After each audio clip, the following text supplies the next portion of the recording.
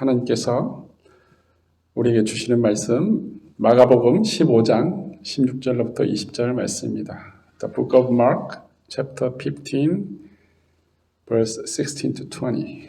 한 절씩 교독하고 마지막 절은 함께 합독하겠습니다. 제가 먼저 봉독해 올리겠습니다.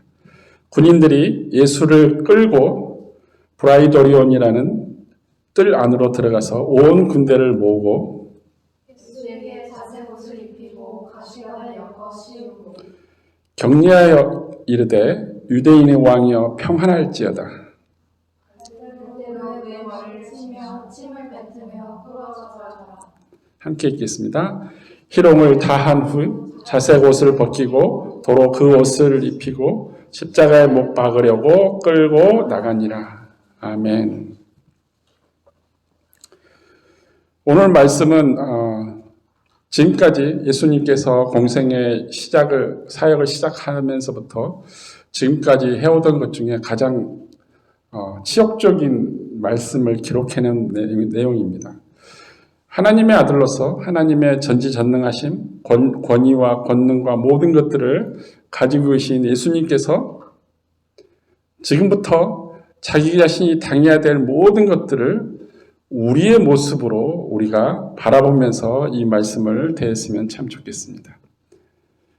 오늘 제가 종려주일이라고 말씀을 드렸는데 예수님께서 당나귀 새끼를 타고 제자들과 함께 예루살렘 성에 입성하실 때 예수님의 소문을 들은 모든 백성들이 종려나무 가지를 흔들고 환호하며 예수님을 맞이했던 날, 그날이 바로 오늘입니다. 그날을 기념하는 주일을 종려주일, 영어로는 Palm Sunday라고 합니다. 종려주일이란 말은 종려는 종려나무 가지를 흔들었다 그래서 종려주일입니다. 여기 보면은 이 이파리가 종려나무 이파리입니다. 여기 캐나다 날씨가 추워서 좀 작게 있죠. 근데 원래 중동 지방에서는 이스라엘 쪽에서는 바나나 나무 잎사귀처럼 굉장히 큽니다.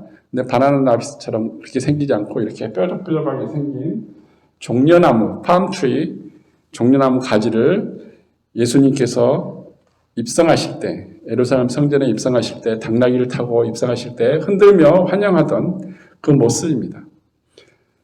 이 모든 사람들, 예수님을 향해서 모인 사람들이 예수님께서 자신의 눈을 보지 못했던 맹인의 눈을 치유하여 스스로 볼 수 있게 하고 자신의 발로 걷지 못했던 절름발이를 치유하셔서 스스로 걸을 수 있게 하고 12년 동안 혈루병에 걸려 피 흘리던 여인을 치유하여 아픔을 기쁨으로 바꿔주시고 병으로 죽은 나사로를 무덤에서 살려 죽음을 생명으로 바꾸신 그 예수님께서 예루살렘 성에 나타나시다는 소문을 듣고 모든 사람들이 자신들을 구원할 메시아가 오셨다고 기뻐하며 소리칩니다. 그 내용이 어디에 담겨 있냐면 오늘 말씀 전에 나오는 11장 7절부터 11절까지 내용입니다. 우리 PPT에 나와 있지 않지만 제가 읽어드리겠습니다. 그들이 예루살렘 가까이 와서 감난산 벳바게와 베다니에 이르렀을 때 예수께서 제자들을 둘을 보내시며 이르시되 너희는 맞은편 마을로 가라. 그리로 들어가면 곧 아직 아무도 타보지 않은 나귀 새끼가 매어 있는 것을 보리니 풀어 끌고 오라.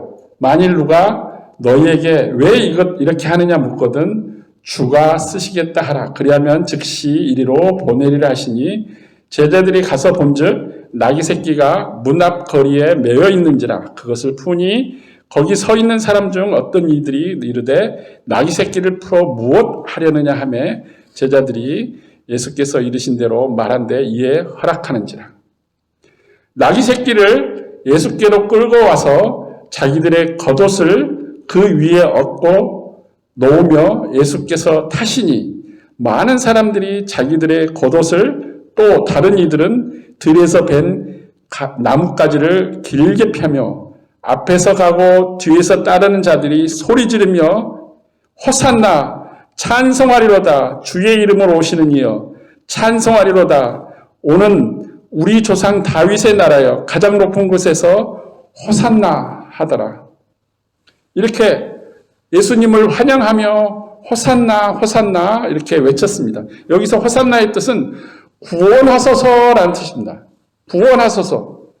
즉 예수님께서 구원을 위하여 십자가의 길을 들어서신 날, 그 입성하신 날을 기념하는 날이기도 합니다.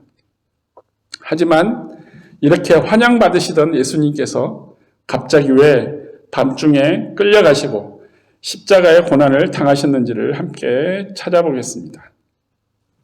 우리는 지난 3주간 예수님께서 어떻게 우리를 치유하고 그리고 우리에게 나눠주셨는지, 그리고 예수님께서 겟세마네의 마지막 기도를 하시고 스스로 잡혀가는 모습을 우리가 봤습니다.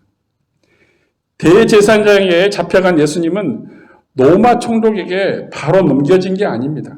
저녁에 9시 내지는 10시 정도에 잡혀가서 바로 대제사장 집으로 끌려갑니다.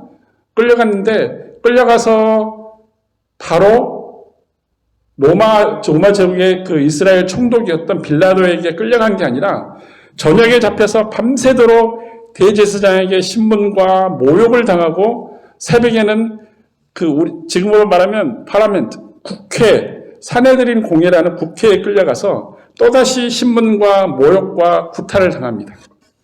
마가복음 14장 65절에 보면 그 내용이 나옵니다. 어떤 사람은 그에게 침을 뱉으며 예수님께 침을 뱉는 거예요. 사내들인 공회. 그 얼굴을 가리고 주먹으로 칩니다. 예수님이 누가 치는지 보지 못하게 얼굴을 가리고 주먹으로 칩니다. 그리고 말하기를 선지자 노릇해라. 네가 잘났다. 이렇게 말하는 거예요. 하인들은 또 주인들이 그렇게 하니까 하인들이 와서 또 예수님을 치기 시작합니다. 그리고 이들은 예수님을 다시 로마 총독이었던 빌라도에게 데리고 갑니다. 새벽까지 그렇게 고문하고 때리고 모욕하고 나서 아침이 되니까 빌라도에게 데리고 갑니다. 왜냐하면 로마 제국의 지배를 받고 있던 이스라엘은 사형을 판결하고 집행할 권한이 없습니다. 오직 로마 총독에 또는 로마 황제에게만 그 권한이 있기 때문에 빌라도에게 보내는 거예요. 죽이려고. 하지만 빌라도는 유대인들이 일일 뿐이고 이스라엘을 분리해서 다스리고 있는 그 분봉왕이라는 지역의 왕에게 이 일을 이관해 버립니다. 자기가 결정하지 않고. 그래서 갈릴리 지방하고 베데스다 지방을 총괄하던 그 왕이 있었는데 헤롯 대왕, 예수님이 태어날 때 예수님을 동방박사가 왔을 때 예수님께 예배하기 위해서 동방박사가 찾으면 나에게도 알려주라고 했던 그 헤롯 대왕의 마지막 막내 아들 헤롯 안티파스에게 보내집니다. 그 헤롯 안티파스가 누구냐면 헤롯 대왕의 마지막 아들이지만은 자기가 자기 동생 형이죠. 형의 헤롯 빌립의 아내를 자기가 취합니다. 취하는 것에 대해서 세례 요한이 그건 나쁜 짓이다. 그건 하나님의 말씀과 반대되는 거다고 비판했을 때 세례 요한을 잡아서 옥에 가둡니다. 그러니까 헤롯 빌립의 아내였던 자가 자기가 권력을 가지고 있는 헤롯 안티파스에게 가니까 그 세례 요한이 자기를 비난하니까 자기 딸을 통해서 세례 요한의 목을 치게 만들죠. 생일 선물로 달라고 해서. 그 헤롯 안티파스가 갈릴리 지방에 있다가 그 유월절을 세기 위해서 예루살렘에 와 있는데 이 헤롯 안티파스가 평상시에 예수 그리스도를 한번 만나고 싶었어요. 워낙 기적을 많이 일으키고 많은 사람을 치유했다는 그 소문을 들었기 때문에. 근데 마침 이 대제사장들이 빌라도에게 보내고 빌라도에서 자기한테 이 예수님이 끌려왔다는 거예요. 그리고 예수님을 세례 요한의 환생이라고 믿었던 헤롯 안티파스는 예수님을 끌고 온 대제사장 앞에서 세례 요한에게 했던 것처럼 갖은 모욕을 합니다. 갖은 모욕을 하고 자기가 그 선지자, 백성들이 말하는 선지자를 처형하는 결단을 내리지 않기 위해서 또 미룹니다. 이건 나의 고난이 아니야. 그러고 다시 빌라도에게 보냅니다. 그러니까 그 전날 저녁부터 잡혀서 끌려다니고 모욕당하고 침뱉음을 당하고 주먹질을 당하고 이렇게 했던 예수님께서 새벽 아침이 되도록 계속해서 끌려다니고 결국은 다시 빌라도에게 보내집니다. 다시 예수님을 맞이하게 된 빌라도는 수많은 유대인들이 예수님을 따르는 것에 대제사장과 바리새인들이 질투해서 예수님을 모함하고 고발한 것을 알고 있습니다. 그래서 풀어주려고 했어요. 근데 대제사장과 바리새인들은 백성들을 충동질해서 예수님을 풀어주면 밀란을 일으킬 것처럼 소동을 피웁니다. 불과 한 4, 5일 전에 예루살렘에 입성하는 예수님을 향해서 팜트리를 가지를 흔들면서 호산나 호산나 우리를 구해주세요라고 환호했던 그 백성들을 충동질해서 밀란을 일으킬 것처럼 예수님을 죽이라고 난리를 칩니다. 지금 그 요한복음 19장 12절에 보니까 이 내용이 나옵니다. 이러므로 빌라도가 예수를 놓으려고 힘썼으나 유대인들이 소리를 질러 이르되 이 사람을 놓으면 가이사의 충신이 아니니이다. 가이사는 로마 황제를 이르는 말이에요. 로마 황제의 충신이 아니니이다. 총독에게 말하는 거예요. 무릇 자기를 왕이라 하는 자는 예수님은 가이사를 반역하는 것이니이다. 로마 황제를 반역하는 예수를 죽이라는 거예요. 근데 만약에 죽이지 않고 풀어주면, 빌라도가 풀어주면 그 빌라도는 로마 황제에 충성하는 사람이 아니라 반역하는 사람이라고 이 백성들이 소리 지르고 밀란을 일으킬 것처럼 난리를 하는 거예요. 그러니까 빌라도가 밀란이 날까 두려워서 유대인을 달래고 싶은 마음에서 6월절 특별 사면, 한국어로 말하면 광복절 특별 사면, 이런 거죠. 6월절 특별 사면을 한다고 하면서 감옥에 갇혀 있는 살인자, 바나바라 하는 살인자와 예수님을 내어놓습니다. 그리고 누구를 풀어줄까? 너희들이 원하면은 한 사람을 풀어주겠다. 6월절 특별 사면으로. 빌라도가 생각할 때는 살인하고 방화하고 이 모든 사람, 이 흉악한 범죄를 저지른 바라바를 감옥에 갇히고 예수님을 풀어주라고 말할 줄 알았는데 그게 아니라 예수님을 십자가에 못 박으라고 유대인들이 소리칩니다. 그게 요한복음 19장 15절과 마가복음 15장 15절에 나옵니다. 한번 볼까요? 그들이 소리 지르되 유대 군중들이 이제 소리 지르는 거. 없이 하소서 없이 이런 거 필요 없습니다. 그를 십자가에 못 박게 하소서. 빌라도가 이르되 내가 너희 왕을 십자가에 못 박으랴. 예수님을 일으키는 거예요. 가르치는 말입니다. 그래서 대제사장들이 이야기합니다. 가이사 외에는 로마 황제에는 우리에게 왕이 없다고 이야기합니다. 대제사장들이 하나님만 섬기겠다고 맹세한 대제사장들이 로마 황제밖에 우리에게는 왕이 없다고 이야기합니다. 자기들의 왕이라고 말하는 율법, 십계명을 그렇게 지켰다는 바리새인 중에 바리새인인 대제사장이 그렇게 이야기합니다. 하나님이 아니라 예수님이 아니라 가이사 로마 황제 외에는 자기에게 왕이 없다고 고백합니다.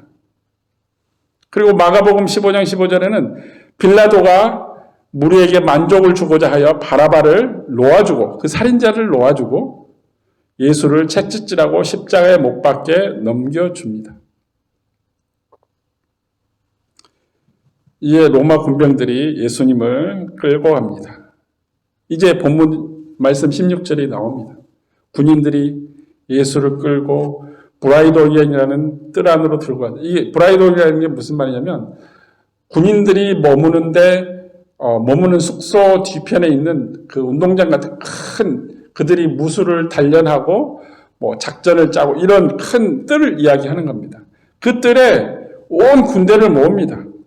대제사장과 서기관들이 예수님을 끌고 와서 모욕하면서 만든 죄목, 그것은 신성모독이었습니다. 왜냐하면 예수님께서 대제사장들이 산헤드린 공회에서 물어보기를 네가 하나님의 아들이냐고 물어봤을 때 예수님께서 대답하길 네가 말한 그대로다. 내가 하나님의 아들이라고 말했습니다. 그러니까 이 산헤드린 공회인 대제사장과 바리새인과 서기관들이 옷을 찢으면서 어떻게 하나님을 모욕하냐? 하나님의 아들을 내가 어떻게 눈으로 볼 수 있느냐? 하나님은 내가 눈으로 보는 순간 나는 죽는다고 알고 있는데, 하나님은 아들이 없다고 알고 있는데, 하나님은 선지자만 보낸 줄 알고 있는데, 너는 어찌해서 우리와 똑같은 모습을 하면서 하나님의 아들이라고 하느냐? 그러면서 옷을 찢으면서 통곡을 합니다. 통곡을 하면서 블라디머스티, 그러니까 이 예수가 하나님을 모욕한다 그래서 신성모독이라고 이야기합니다. 하지만 대제사장들과 서기관들이 예수님을 빌라도에게 넘긴 제목은 신성모독이 아니었어요.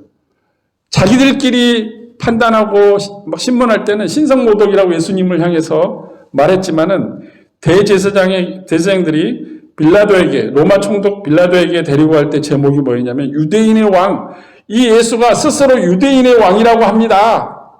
우리에게는 로마 황제 가이사밖에 왕이 없는데 이 사람이 가이사와 버금가는 동등한 그 포지션을 차지하기 위해서 유대인의 왕이라고 그렇게 자칭하고 있습니다.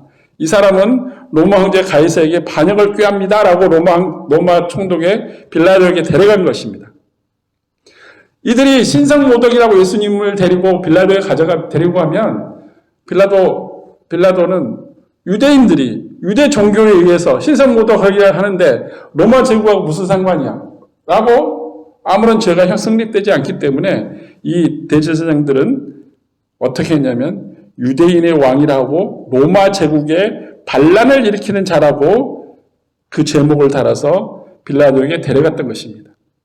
그래서 빌라도는 예수님께서 로마 제국의 반역을 꾀할 힘이 없음을 보여주기 위해서 예수가 아무런 힘이 없다는 것을 모든 군중에게 대제사장들에게 보여주기 위해서 군대를 모읍니다. 자기 힘을 가시하는 거죠. 내가 누군데 나에게 반역을 해 라고 생각을 하고 군대를 모으고 군대를 통해서 자기의 힘을 무력을 과시합니다. 17절 보면 그렇게 나옵니다. 예수께서 자색 옷을 입히고 가시관을 엮어 씌우고, 자색 옷을 입혔다고 나오고 가시관을 엮어 씌운다고 나오죠. 근데 자색 옷을 입히기 전에, 가시관을 엮어 씌우기 전에 이 군인들이 예수님께 한 행동은 예수님이 전날 저녁부터 가진 모욕을 다하고 폭행을 당하고 침뱉음을 당하고 그 모든 것을 당했을 때 온 몸이 땀에 쩔어 있고 온 옷이 다 흙투성이가 돼 있는데 그 옷을 벗깁니다. 예수님의 옷을 벗겨버립니다. 팬티만 남겨놓고 다 벗겨요. 만약 여러분이 누군가가 내 옷을 나의 의지와 반하는 대로 다 벗겨버린다면 어떤 마음이겠습니까? 그것도 1대1로 있는데 상태가 아니라 온 군중 앞에서. 그리고 이 군인들은 자색 옷을 입힙니다. 이 자색 옷은 로마 제국의 귀족이나 영웅들이 입는 망토의 색깔입니다. 군인들이 희롱하기 위해서 네가 유대인의 왕이냐? 그러면 왕이나 귀족들이 입을 만한 옷을 입어야지 하면서 희롱하기 위해서 보자기 같은 것으로 자색 옷을 만들어서 입힙니다. 자신들이 지배하는 유대인들의 왕이 얼마나 힘이 없는지를 조롱하기 위해서 강제로 예수님의 옷을 벗기고 자색 옷을 입히고 또 유대인들의 왕 노릇을 하라면서 가시 왕관을 만들어서 씌우고 고통을 주면서 조롱합니다. 그게 18절, 19절에 나옵니다. 이 유대인의 왕이라고 그러니까 군인들이 예수님께 경례를 합니다.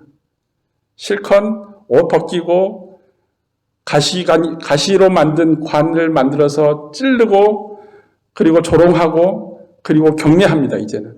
그리고 유대인의 왕이여 평안할지어다. 갈대로 만든 그 채찍이 있습니다. 아주 날카로운 그 채찍을 가지고 머리를 치고 몸을 치고 침을 뱉고 그리고 나서 또 아까 경례한 것처럼 예수님 앞에 무릎을 꿇습니다. 한쪽 무릎 꿇고 한쪽은 세우고 그리고 인사하는 방법 있죠. 절을 합니다. 고통을 주고 반대로 평안하라고 조롱합니다. 이 로마 병사들이 얼마나 악한지를 보여주고 있습니다.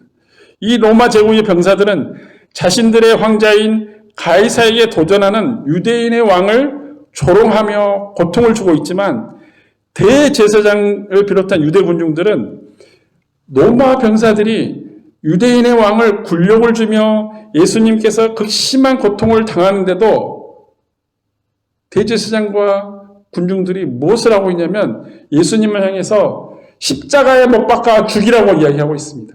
그 모습을 보면서 그런 광기를 부리고 있습니다. 이 유대 군중들은 며칠 전 예수님께서 예루살렘 성으로 당나귀 새끼를 타고 입성하실 때 예수님께 대해서 뭘 하셨나요? 종려나무 가지를 흔들며 환호하며 호산나 호산나 우리를 구원하소서. 예수님을 따라가며 외쳤던 자들이 이들이 아닙니까? 그런데 지금은 예수님을 십자가에 못 박아 죽이라고 집단적인 광기를 부리고 있습니다. 그러니 군인들이 더 흥분합니다. 가시관에 박힌 예수님의 머리를 치면서 얼굴을 치고 얼굴에 침을 뱉으며 가장 처참한 모욕을 당하고 있습니다. 하나님의 아들 예수님께서 군중들 앞에서 로마의 군인들 앞에서 대제사장과 서기관들 앞에서 인간의 잔혹함, 그 잔혹함의 끝판왕을 보여주고 있습니다. 이들에 대하여 예수님 입장에서 생각해 보십시오. 내가 이런 자들을 용서하기 위해 십자가에서 이들을 대신해서 내가 죽기로 했던가? 이렇게 생각하지 않으셨을까요? 하지만 예수님께서는 이토록 악랄함에도 불구하고 온순한 어린 양처럼 자신의 십자가를 지고 골고다 언덕을 오르실 결심을 했습니다. 마지막 20절을 보면 희롱을 다 한 후에 자색 옷을 벗기고 도로 그의 더러운 옷을 입히고 십자가에 못 박으려고 끌고 나가니라. 예수님의 마지막은 이처럼 혹독했습니다. 뺨을 수없이 맞고 모욕적인 침뱉음을 수없이 당하고 옷벗김을 당하고 조롱의 절을 받고 날카로운 가시관에 머리를 쑤셔넣고 살점이 찢어지는 채찍질을 당하고 그리고 가슴에 대못을 박듯 나무 십자가에 두 손과 두 발을 새못이 박히고 옆구리에는 창에 찔리는 고통의 십자가의 길을 선택하셨습니다.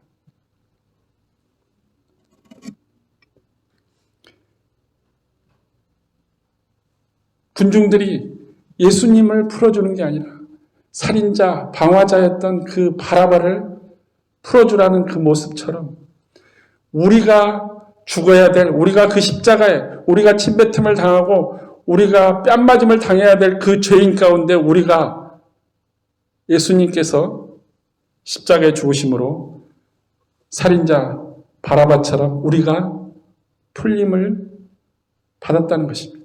용서함을 받았다는 것입니다. 한 사람을 구원하기 위해서 그 십자가 위에서 마지막 한 방울의 피까지 흘리셨다는 것입니다. 이것이 바로 하나님의 사랑을 예수님께서 우리에게 보여주신 것입니다. 그래마도 십자가 위에서 죽어가는 예수님을 향해서 대제사장과 서기관들은 마지막까지 희롱합니다. 마가복음 15장 31절과 32절을 보시면 적나라하게 나와 있습니다. 그와 같이 대제사장들도 서기관들과 함께 예수님을 희롱하며 서로 말하되 그가 남은 구원하였으되 자기는 구원할 수 없도다. 이스라엘의 왕 그리스도가 지금 십자가에서 내려와 우리가 보고 믿게 할지어다. 그 십자가에서 죽지 말고 기적적으로 내려와서 산다면 내가 그때 믿어줄게. 이겁니다. 그리고 예수님 좌우편에 십자가에 못 박힌 그 죄술도 예수님을 욕하고 있습니다. 여러분이 보시기에는 어떻습니까? 이들의 모습이 그들만의 악함인가요? 오늘날 세상은 하나님을 향하여, 예수님을 향하여 무엇을 하고 있습니까? 예수님의 십자가 죽음은 그들에게 어떤 의미가 있을까요? 세상의 그 어떤 누구도 예수님께서 십자가 위에서 보여주신 하나님이 우리를 향한 간절하고 거룩하신 사랑을 믿지 않는다면 그들의 삶은 생명이 아닌 사망의 길을 갈 것이며 치유되어 회복의 길이 아닌 고통과 아픔에서 빠져나오지 못하고 어둠 속에서 슬피 울게 될 것입니다. 역설적으로 이것이 예수님께서 죽어가는 우리를 위해 대신해서 고통당하신, 죽임당하신 사명이었던 것입니다. 왜냐하면 우리를 대신해서, 우리의 죄를 대신해서 십자가의 죽으심으로, 고통당하심으로 우리가 그 죄로부터 해방됐기 때문입니다. 기억하십시오.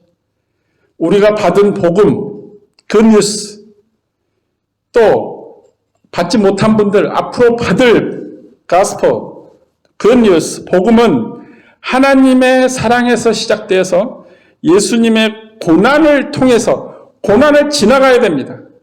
통해서 성취되었다는 사실을 기억하시기를 축복합니다. 예수님께서 그냥 내가 아무런 고통 없이 아무런 모욕을 당하지 않고 그냥 십자가에서 그냥 죽었다, 그 다음날 다시 부활했다가 아니라 철저하게 고난당하고 철저하게 모독당하고 모욕당하고